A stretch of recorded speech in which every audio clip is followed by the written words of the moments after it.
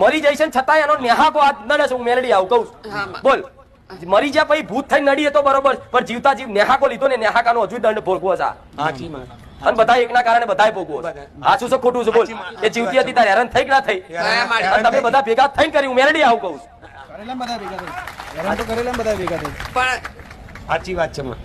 એ પણ મારી એવું કરતા હતા ને એટલે હું મેં 2-3 વખત એમને માર્યા છે. અમને મારે હું તો પાછું મેં તો બહુ સેવા કરી.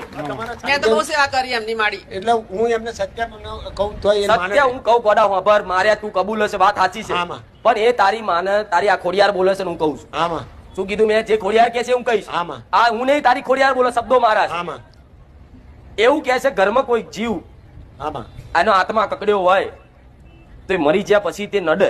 સાચી હવે તમે તારી મમ્મીને ત્યાં મારી, હા હા ભલે એનો હક હતો કે નતો, શું હતું એ બધું નહીં જોવું, પણ દીકરાના માના હાથ ઉપાડાય? ના ઉપાડાય. ઉપાડાય? એ મા દીકરાને બનતું જ નતું માડી. બનતું જ નતું. હા. બનતું નતું એ તમારો પ્રશ્ન છે, પણ દીકરાનું ધર્મ ખરું માને મારવાનું? ના. આ તારો દીકરો છે, તને મારે 4 લાફા શું થાય? ના ચાલે. તારો જીવ બરક નહીં? બરો પણ આ તારો દીકરો છે, આ તને લાફો મારે, તારો જીવ બરક નહીં? બરો માડી. અને આ લાફો